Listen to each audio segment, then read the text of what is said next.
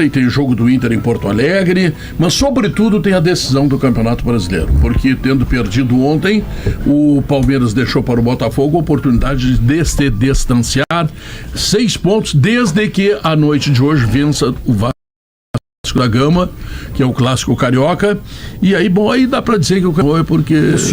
O senhor já eliminou o Inter, então, da disputa do título do Campeonato Brasileiro. Sem dúvida nenhuma, se o Botafogo ganhar e o Inter ganhar, a diferença é 9 pontos, e 9 pontos em 6 rodadas, mas nem te pintando de homem bonito consegue, rapaz. Só fiz uma pergunta. Eu diria que nem foi o Pedro, Vaguinha, foi a realidade que tu ainda acredita, Wagner? Se tivesse vencido o Flamengo, ainda negociava uma vergonhinha, mas se venceu o Flamengo... A minha pontinha de frustração pós-empate contra o Flamengo foi justamente porque a esperança que poderia ser criada, né, o cenário que poderia ser pintado, já que o Pedro utilizou a expressão, ele não aconteceu. Já eu, porque como todo... Se o Inter vence, são 2 pontos a mais, e se o Inter vence...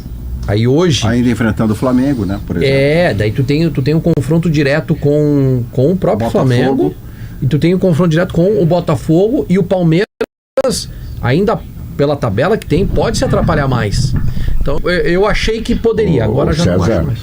Oi. César, nós vamos ter que levar o Vaguinha pro Prado. Por que, Guerra? Porque lá no Prado eu vou te ensinar uma coisa pra ti. Quando vem 4 na tua frente, tu passa por um, fica terceiro. Aí tu passa por outro, tu fica segundo.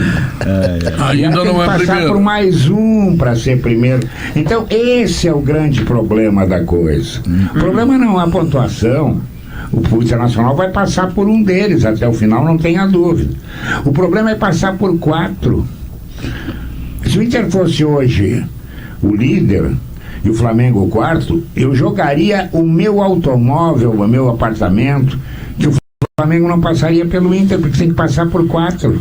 Não vai. Não, passar por um. Por um é normal, tranquilo, pode passar. Mas por 4 é muita coisa. Mas, Guerrinha, por favor, Guerrinha, esse automóvel lindo que tu tem, que tu comprasse na IESA, com aquelas facilidades todas que a IESA dá, tu não pode botar em jogo, Guerrinha. Bota em jogo aquela graninha que tu toma da KTO lá. Mas aí, Pedro, tu bota ele em jogo, faz outro, depois da IESA. Bom, também pode. Claro. Tem 14 marcas, imagina que... Eu tenho, Guerrinha, eu genuinamente, eu sou um secador preocupado. Preocupado. Se tu é aquele cara que no Grenal, em vez de torcer pro Grêmio, tu seca o Inter. Não, eu sou um secador preocupado porque a matemática, ela tem uma maldição com relação ao futebol. O futebol não respeita a matemática. Ele não respeita. Então, enquanto... Isso na tua... Não, ele não respeita. Na tua observação.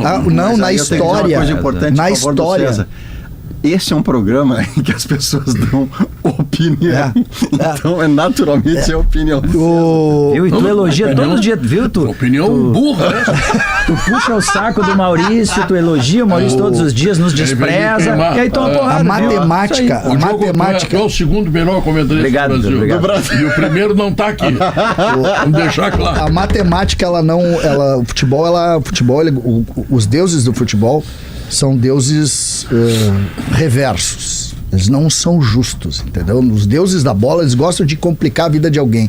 E como atualmente eu tenho achado que muitos problemas estão me encontrando, eu também estou desconfiado com os deuses do futebol. Você tá brigando bem, tá brigando com os deuses. Aquele do MG9, tu largou? Não, eu não larguei, mano. Nós empatamos o jogo, né?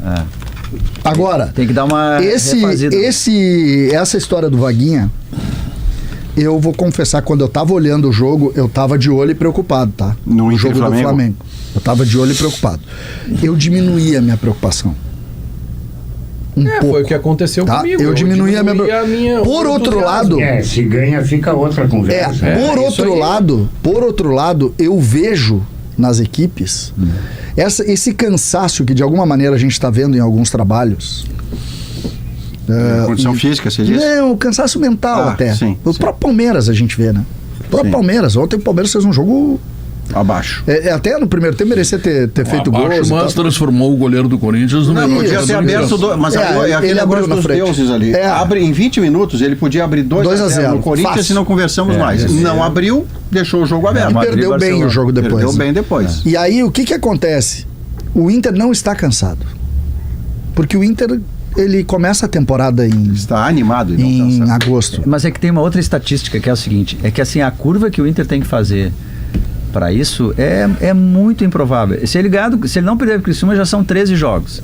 Aí ele tem que fazer 14, 15, 16, 17, sabe? Mas eu não tenho... Ninguém faz isso. Ninguém está discutindo aqui que é uma tarefa Não, eu sei. real. Porque o Inter... A gente está explicando... Não, o que a gente está dizendo aqui é matemática. Futebol não aceita matemática. A gente está falando das improbabilidades. Tem uma outra coisa que a gente também...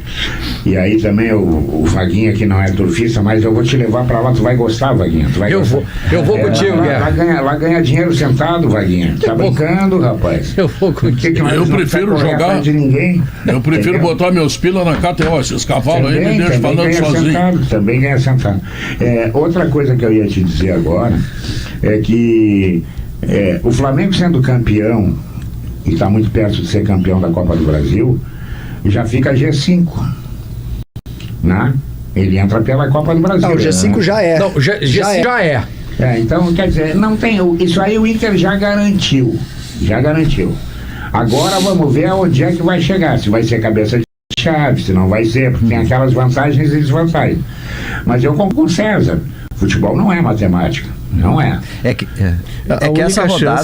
essa rodada ela tem o seguinte, que é uma rodada assim quase mágica para o Inter, para ele se tranquilizar. Porque o Bahia, ou melhor, o São Paulo e o Bahia, os que estão imediatamente atrás, eles se enfrentam. E o Flamengo pega o Cruzeiro em Minas Gerais. Ou seja, o Inter pode terminar a rodada... Flamengo pega o Cruzeiro em Minas Gerais com um time reserva. Então o Inter pode e não fica tão pior, mas é reserva. Então o Inter pode terminar na matemática com 5 pontos de vantagem para G6 e no G4, se conseguir ganhar do Criciúma. Então assim, é quase uma noite de... carimbar 100% de Libertadores. A única chance, Maurício, de não dar G5 é o Flamengo ser campeão. Não, o G5 já deu. Não, eu estava conversando com o Bertoncello sobre isso ontem. E o Flamengo dá férias. O brasileiro. Dá férias, colocar o Sub-13 para jogar e reforçar com o Zico. Isso. Sei lá, o Andrade. Se o Flamengo ficar fora, claro. Mas o Flamengo largar de mão o campeonato. Isso entendeu? É uma possibilidade. Mas assim, ele teria que cair muito. Ele teria que cair para fora dos Gs. Então é uma improbabilidade. Eu acho improvável o Flamengo descer a lomba tanto pela qualidade do elenco. Mesmo campeão, quem o Felipe Luiz colocar depois tem qualidade para fazer o que fez contra o Inter aqui. E quem for colocado depois está jogando já por 25. O cara não vai, eu tô de férias. Não é isso. O cara vai querer jogar por 25. Mesmo o Flamengo campeão agora. Não tem o Flamengo jogar no Maracanã e a torcida não exigir amanhã, vitória. Sim, você pode pensar no Flamengo perder pro Cruzeiro, porque o Flamengo amanhã vai muito desfalcado, já com a cabeça quase campeão e todo o resto. E tem um negócio no Flamengo agora que acabou de dar a imagem mais uma vez. E para mim o lance em que o Bruno Henrique toma o cartão que está sendo investigado, nem falta é contra o Soteldo Santos, ele não faz a falta, o Rafael Klaus dá a falta, Klein dá a falta, já dá o amarelo pela falta e não pela reclamação, porque se fosse pela reclamação você poderia pensar, o Bruno Henrique forçou reclamando. O juiz já está dando o amarelo na falta que não foi falta. E aí, mas ao mesmo tempo há indícios que a polícia está recolhendo para poder fazer a investigação. De novo aquela história dos parentes apostando, são 10 parentes num cartão contra o Santos e ele toma aos 50 do segundo tempo. Mas nem falta foi. É que tem puro, né?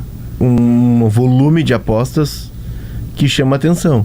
E talvez ele não tenha feito para fazer entrar num esquema como foram aqueles casos da Operação Rebote, mas pode ser ele, vou tomar o terceiro amarelo. E aí porque tinha um clássico no outro jogo, entre o próximo jogo e o outro tinha um clássico. Então assim... Olha só o que o Maurício está relatando aí. Aí a questão de jogador, a questão da maldade. Muito bem, levou o cartão amarelo o Bruno Henrique. E o árbitro que deu o cartão amarelo que não foi falta, será que o árbitro de repente não sabia que tinha essa aposta também? Ele não está sendo investigado? Daí tem que ver os indícios para o árbitro também. É que assim não tem falta, ele deu o amarelo, tinha uma aposta grande nos amarelos. Não, para aí, vem cá, o senhor vai tomar um copo d'água, nós vamos fechar a porta, o senhor vai me contar por que o senhor deu o amarelo. Perfeito, mas aí tu tem que ver, por exemplo, que é o que a polícia entendeu, pelo que eu ouvi das investigações, é que eles acharam 10 parentes do Bruno Henrique que foram beneficiados. Se tivessem achado 10 parentes do árbitro, bom, aí tu vai lá e dá uma olhada no árbitro também. Mas é que, por enquanto, na investigação tem parentes do Bruno Henrique. O árbitro errar um cartão amarelo, errar uma falta, errar um cartão vermelho, isso é comum. O que não é comum é o cara levar o terceiro cartão amarelo e ter um volume de apostas numa região de parentes dele. A gente minimiza isso. A gente minimiza isso. Primeiro, é sempre importante, o ponto principal é para roubar de alguém. Tá? Independente de qualquer outra coisa, é uma organização para tu roubar a casa de aposta. Que tem lá um jogo para isso. Quando existe essa relação e tu entrega na mão de alguém essa possibilidade, tem que investigar de toda e qualquer forma. Eu até discordo um pouco de vocês, porque para mim ele já chega para acertar o Soteldo naquele lance. Ele não acerta porque o Soteldo pula, porque ele vai para acertar. Só que para mim a discussão infelizmente a nossa cultura aceita isso. A nossa cultura aceita. Quantas vezes a gente ouviu falar aqui, não, esse jogo aí ele vai pedir o cartão para jogar o Grenal daqui a 2 semanas, e isso é normal pra gente. Não, mas é que daí tu faz isso dentro da regra, eu não tô dizendo que não, eu só tô colocando que quando tu tem na regra do jogo, culturalmente, essa possibilidade, tu não pode ter em aposta. É que no caso da aposta tu não pode ilegalidade, ter. É uma irregularidade. Quando começa uma semana de jogo decisivo e tu tem 2 ou 3 jogos antes, nós mesmos aqui começamos a dizer, 2 amarelos o Léo, tem 2 amarelos o Diogo. Isso é do jogo, né? Isso é do jogo. A gente começa a dizer. Vai forçar. E aí, vai forçar. Ou seja, isso já é uma forma de burlar o jogo. Tá, mas isso tu faz dentro da regra do jogo, isso que eu tô dizendo. Não, mas eu não tô dizendo vai lá, que é fora da regra. Eu faço uma falta violenta. Eu não tô dizendo que é fora da regra. Cartão. O que eu tô querendo dizer, quando tu tem essa possibilidade de permitir algo, já montar algo que vai acontecer, e isso é passivo de jogo, tu tem que ligar o alerta. Mas aí porque quando eu entrar no jogo, Guerrinha, quando eu entrar pra jogar, eu já sei. Claro. Olha, o Diogo vai pedir amarelo, vai pegar amarelo. Isso é burlar. Vamos nos colocar na outra prateleira. Vem um Grenal, daqui a 2 rodadas. Antes agora joga Inter e Criciúma, Grêmio e Atlético Palmeiras. Tudo bem, dá uma conta lá, qualquer coisa. Tem 3 jogadores do Grêmio que são amarelados com o segundo. E tem 3 jogadores do Internacional que são amarelados com o segundo. Aí o cara vai lá na KTO, pega a empregada, pega o porteiro do prédio, pega o cara que arruma o carro lá no estacionamento, diz, vem cá, joga 50 mil que vamos ter no mínimo 6 amarelos. Por quê? Porque já tem 3 de cada lado, eles vão forçar. E aí, como é que faz? É isso. Quem é que tu vai punir? Não, mas aí Guerra, aí não tem combinação, entendeu? Não, mas aí tu tem que ver se o que vai ser investigado, o que vai ser investigado agora... Esse negócio da combinação é muito relativo. Muito relativo. Não, é que assim, Guerra, por isso que a polícia... Para ele chegar no último cartão que chegou, tivemos outros cartões. E aí, os outros estavam também envolvidos. Mas é isso que tem que investigar, então, Pedro. É uma coisa muito chata. Guerrinha, mas a investigação é essa. Olha só, se nesse caso aí do Bruno Henrique, agora acharam 10 parentes. Se daqui a pouco tu vê antes que não tem parente nenhum, em outro jogo não teve nenhum, aí tu tem um indício. Olha, por que só nesse jogo que ele ganhou o cartão tem 10 parentes recebendo? Se tiver tem que investigar, tem conversa de WhatsApp. E tem outro ponto, Diogo, o comportamento. Vamos lá, vamos dizer que tu tem um primo lá, o primo do Diogo, tá? O Diego Olivier. Ele aposta sempre R$5. Aí naquele jogo que o Diogo vai tomar o terceiro amarelo para limpar a ficha pro clássico, ele aposta 50 mil. Tem algo errado aí. Na presunção da inocência, tudo isso é levado em conta, tem comportamento. É que na presunção da inocência vão fazer o melhor caminho para o Bruno Henrique em cima da presunção da inocência, que é um direito jurídico inalienável, tá? Os caras que são parentes do Bruno Henrique supostamente conhecem o Bruno Henrique e gostam de futebol. Aí eles olham o jogo e dizem assim, aqui tem Santos e Flamengo, tem um jogo Flamengo e Safurfa e depois tem Flamengo e Vasco. O Bruno Henrique está com 2 cartões. Na lógica, o Bruno Henrique vai forçar o terceiro. São parentes do Bruno Henrique que estão pensando sobre isso. Amigo, ô primo Zé, tu te deu conta que o Bruno Henrique tem 2 cartões e vai forçar para não jogar esse, não jogar o próximo e joga o clássico? Rapaz, eu não tinha me dado conta. Vamos apostar? Eu não estou indo na presunção da inocência. Só que tem um tá? detalhe Porque que pode desmontar isso, é que as conversas. alguns dos familiares sequer tinham contas abertas. Pois é, isso que e eu tô abriram dizendo. no dia anterior. Mas é o que eu te falei. Entendeu, Maurício? Fizeram o cadastro no dia anterior ou 2 dias antes, entendeu? Então, Se os parentes do Bruno Henrique são jogadores e fizeram apostas em cartões em toda a rodada, isso é uma coisa. Agora, se fizeram só nessa, aí é outra coisa. E assim, tu tem que fazer, por exemplo, cruzamento de dados bancários. Virou 50 é outra também. coisa. Tem que fazer cruzamento de dados bancários, né? Se o dinheiro eles ganharam entra para eles, tem que ver se ele saiu para algum outro lugar. Tem uma contribuição bem